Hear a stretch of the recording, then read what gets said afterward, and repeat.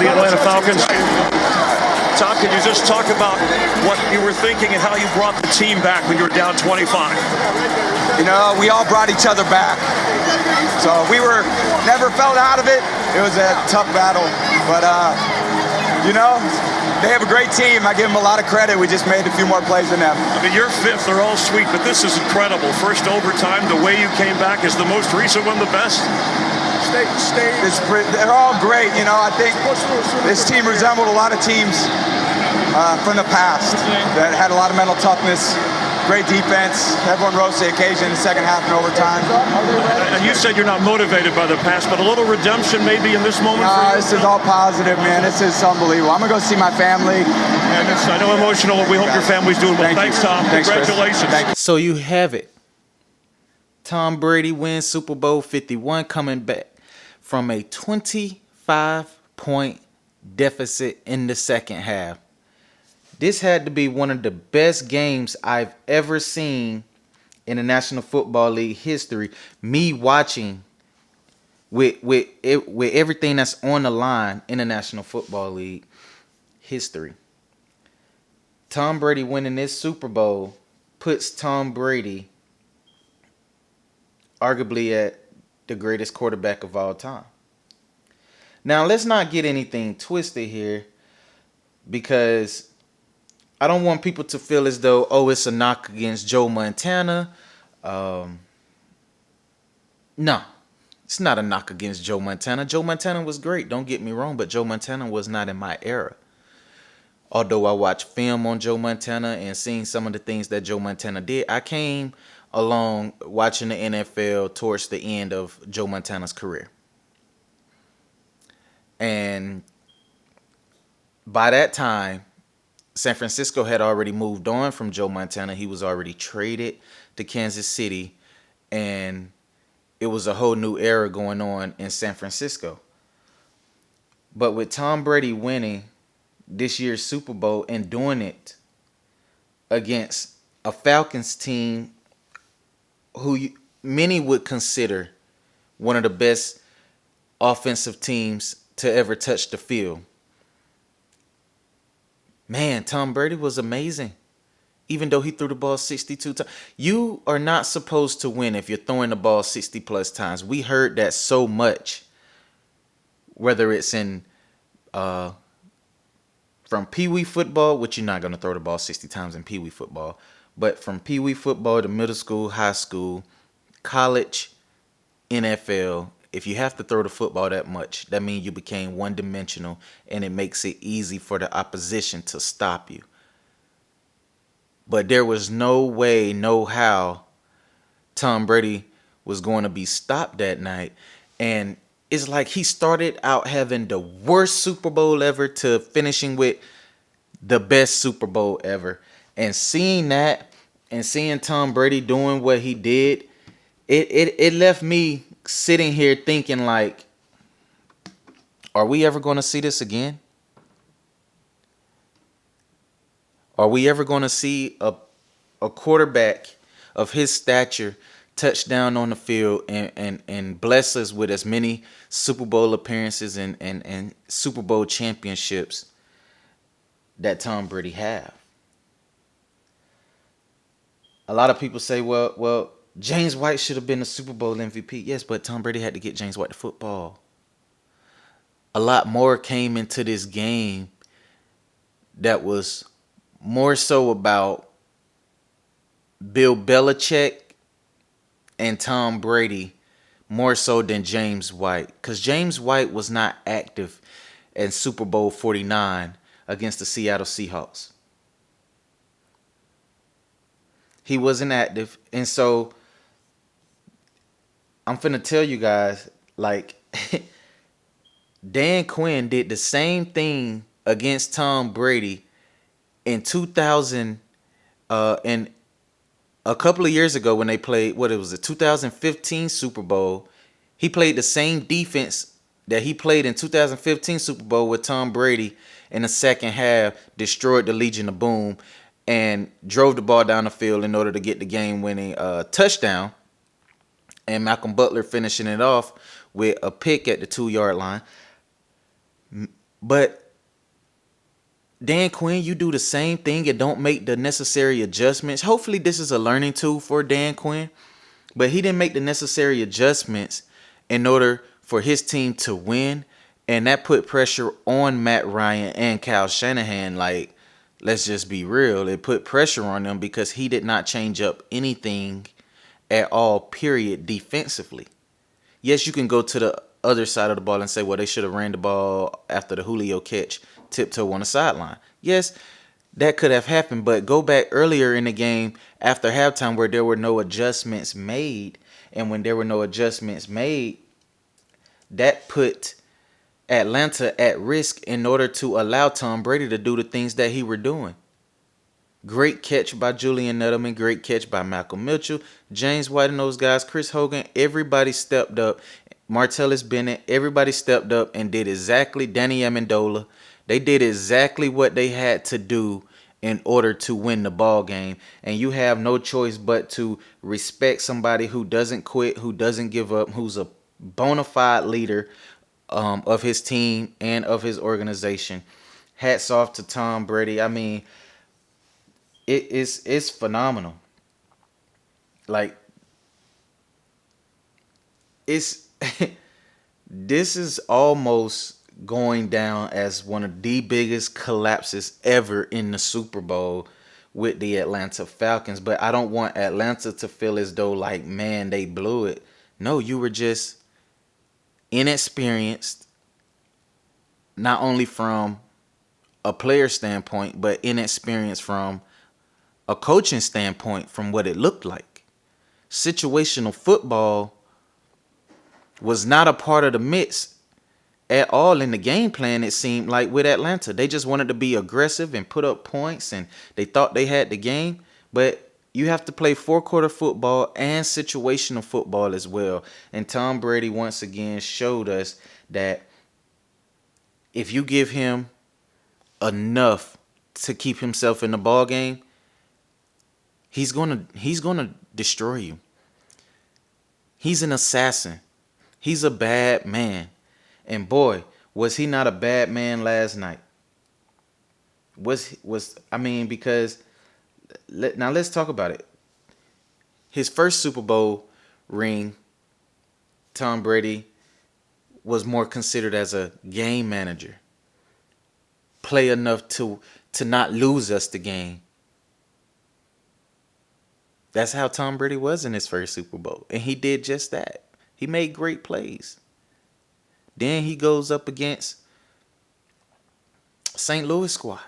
Beat St. Louis. Marshall Faulk still sick about that game because he's thinking in his mind, oh, well, Tom Brady's a cheater. Tom Brady's this. Let me get this straight for a lot of you listeners and viewers that are out there right now. First of all, the reason why Tom Brady was suspended this year, it had nothing to do with deflating footballs. It had everything to do with the NFL feeling as though Tom Brady was tampering with evidence and not cooperating with the NFL. That's why he was suspended for 4 games. It had nothing to do with the deflating of footballs. Tom Brady is not a cheater. He can throw the ball whether it's 12 PSI, 10 PSI, 9 PSI in the football. He proved it to you guys last night. He proved it to you guys 2 years ago after the Indianapolis game when they said, oh, well, he's deflating footballs. They were so secure. They had high security on those footballs going into that Super Bowl game than any security I've ever seen before, and he still torched the Legion of Boom defense.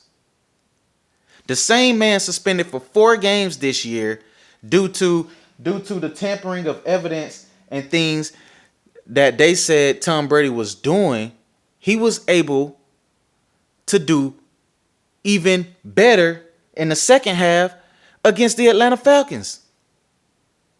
But you want to sit here and call this man a cheater. Tom Brady, to me, is not a cheater. He's a proven winner. He's the best to ever play this game, hands down.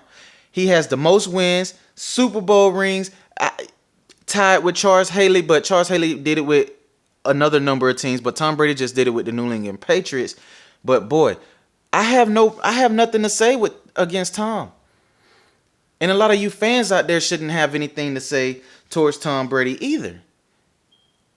Sometimes you have to just appreciate greatness for what it is and stop trying to nitpick at every single thing and try to find a reason to try to accommodate why your team may have lost. There was probably 2 minutes after the Super Bowl, people already posting pictures on Instagram, Facebook, social media, basically saying, oh, well, he cheated. It's rigged. The NFL is rigged. First of all, you have to go out there and play the game. The NFL is not rigged. These guys are giving they all out there, playing their best out there each and every Sunday. And for us to sit up there and discredit the game with cheating and saying that this person cheated and this team doing this team doing that, like, come on, get out of here. I'm not even going to put up with that. I'm not even going to hear that coming from any fan of any team. Learn the rule book. How about that? A lot of teams don't know the rule book. And because Bill Belichick is always one up on a lot of other teams, they want to, say that's he's cheating. He's cheating. That's why he was able to get up on me. He cheated. Yeah, right. Let's get out of here. Let's be real and let's call it for what it is. Tom Brady, Bill Belichick, the best head coach, the best quarterback to ever do it.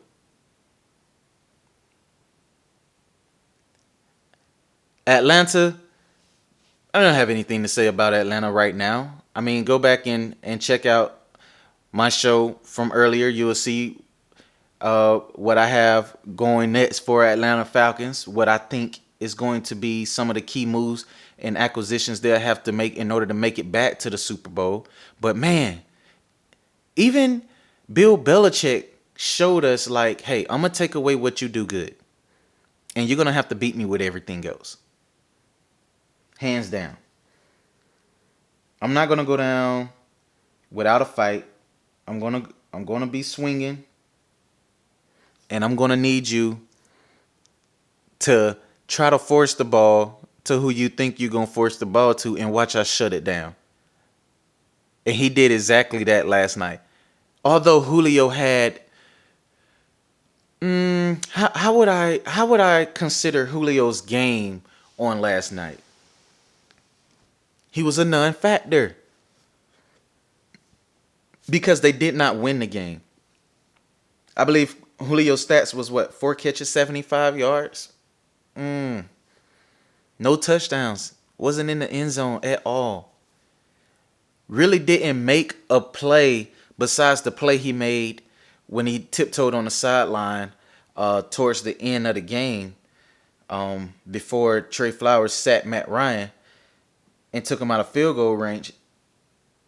That play right there was probably one of the biggest plays Atlanta had made with the comeback of what New England did. And Julio making that catch, man, you thinking like, oh my God, here we go again. But boy, defense stepped up. Everybody stepped up to win Tom his 5th Super Bowl and his 7th Super Bowl appearance. Like, you can't even script that. You can't even script that up if you wanted to. You can't. I mean, there's nothing that Tom Brady can't do on the field. Look at what he did it with. Tom Brady won this Super Bowl game. If we look on paper, the Atlanta Falcons had the best wide receiver in the game in Julio Jones. You can say Mohamed Sanu is a way better acquisition than some of the other players I'm going to name that's on the New England roster. Then you had Justin Hardy, Taylor Gabriel. Devontae Freeman catching out the backfield. Tevin Coleman, the 2 rookie tight ends. I mean, what more could you say about how high-powered that offense was versus what Tom Brady had? Tom Brady was throwing the ball to Chris Hogan, Dami Amendola, who is not doesn't even nowhere near have the height of a Julio Jones, of a Mohamed Sanu. He's probably right there playing. He's playing wide receiver with a Devontae Freeman height. Julian Edelman, former quarterback. Chris Hogan, the former lacrosse player. Malcolm Mitchell, a lower draft pick coming out of the University of Georgia. Malcolm Floyd didn't play. I mean, then you had James White, Deion Lewis, and LeGarrette Blount. LeGarrette Blount really wasn't as effective. He did have a turnover that propelled Atlanta to get out on the lead. But Deion Lewis really wasn't a factor. But James White was a factor. He was a huge factor because, like I said, Tom Brady did the same thing to Dan Quinn's defense that he had already did before in Super Bowl 49. Super Bowl 49, Shane Vereen was the highlighted player of that game with catching the ball out the backfield. Why? Because it put Bobby Wagner having to defend him one-on-one, and that slowed Bobby Wagner down. The same thing transpired in this game against Atlanta. You put Deion Jones, a rookie at that, on James White. James White kills him all game. Brings his team back to victory. So teams better take note. If you're going to play man coverage on Tom Brady all day long, even though you do have the speed in order to compete with him, after the game goes on in the second half, that third, getting to the middle of the third quarter, beginning of the fourth quarter, your team is going to be tired. And New England played keep away. That's one thing that I said that was going to be a formula for Atlanta to lose the game and for New England to win the game was New England play keep away, don't turn the ball over, and you will win the game. Well, they did turn the ball over, but they was able to keep the ball away.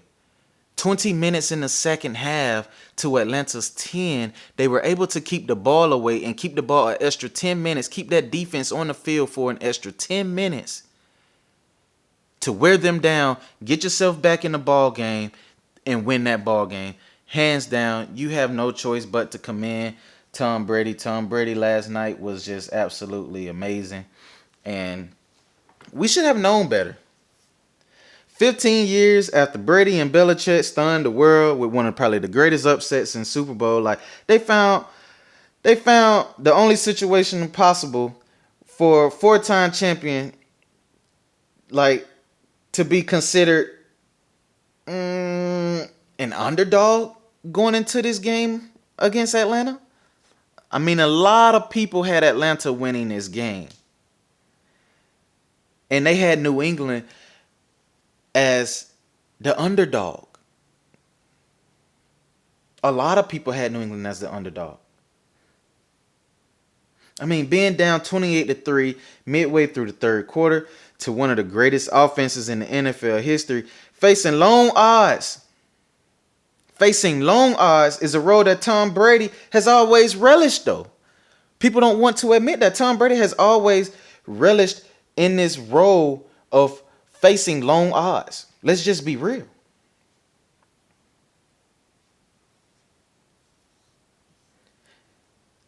I was reading something where it said the advanced metrics said that the Falcons had a 99.6% chance when they took possession of the ball up 28-12 with 9 minutes and 44 seconds remaining in the fourth quarter.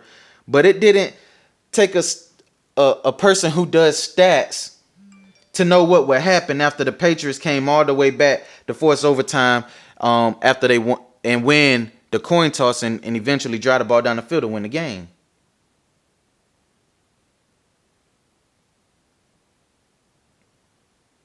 To cement his place as the greatest quarterback of all time, Brady had to author the greatest comeback of all time, honestly. Because if Tom Brady would have lost this game, a lot of people would have said, well, that's it for Tom. No, he's not the greatest of all time. Yeah, he's been to a bunch of Super Bowls, but he's 4-3 in those Super Bowls. That's what you would have heard from a lot of people that are out there.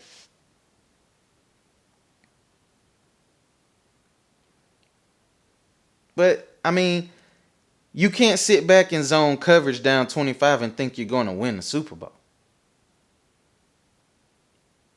If you ever played Madden, we were in Engage 8. Like this if you played Madden, even in Madden, you would if you made that catch with Julio on Madden and you knew you was playing against a tough opponent to win this championship. I know it's a lot of Madden players out there. What would you do? You're going to run the ball, kick a field goal to where now you got your opponent has to get multiple chances on offense in order to come back and win. That means they're going to have to score a touchdown, get the 2-point conversion, kick an onside kick, get the balls, and go back downfield and score again. A lot would have had to occur in order for them to win. But hands down, you can't sit here and tell me that a Madden player would have lost that game last night.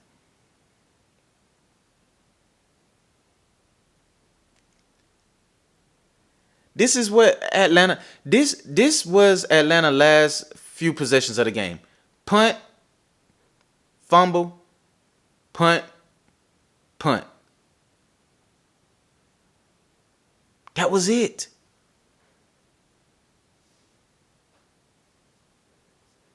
That was it. Nobody can sit here and tell me that. I mean, nobody can sit here and tell me that if you take Tom Brady in this year, because I told people Tom Brady should have won the MVP of the National Football League, but given the fact that he did miss 4 games was a reason why Tom didn't win the MVP. But I believe Tom should have won the MVP this year. But what's so good about Tom, all that mess that was going on as far as the suspension, Roger Goodell, and all of that, Tom said he took the high road. He took the high road. And football, not only does it teaches you things about the game and certain situations, but it can adapt to life situations and obstacles that people have to deal with in life. And if you're a Patriot fan, the things that Tom Brady had to deal with and endure in life, if you're a young kid out there and you're listening and you're modeling your life after Tom Brady, he took the high road even when he could have took low blows at the commissioner. He could have taken low blows towards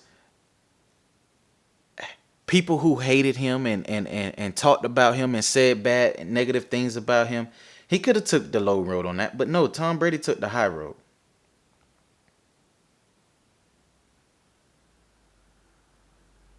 That's why I respect Tom Brady. That's why.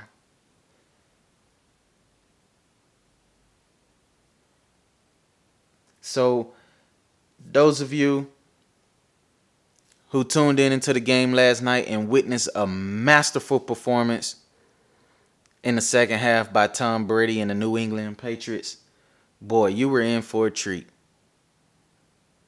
But please, don't let anybody out there tell you that Tom Brady isn't the greatest of all time.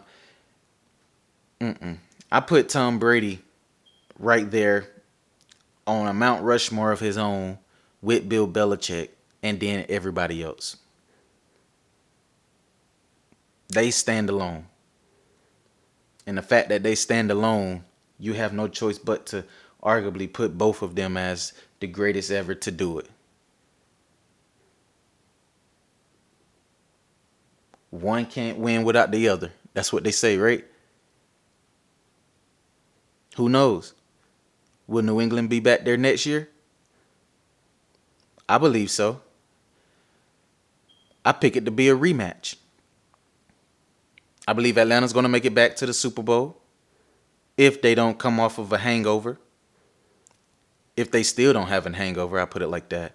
And I see New England still making it there because we know how New England is. They don't have hangovers. They're winners. And they're always going to win and perform and show up. So congratulations to Tom Brady and the New England Patriots. I am absolutely proud of those guys. I'm proud of Malcolm Mitchell from Georgia. I'm a huge Georgia fan, huge Malcolm Mitchell fan. And, man, I am very proud of him. I will have a show just for Malcolm Mitchell himself as far as his story and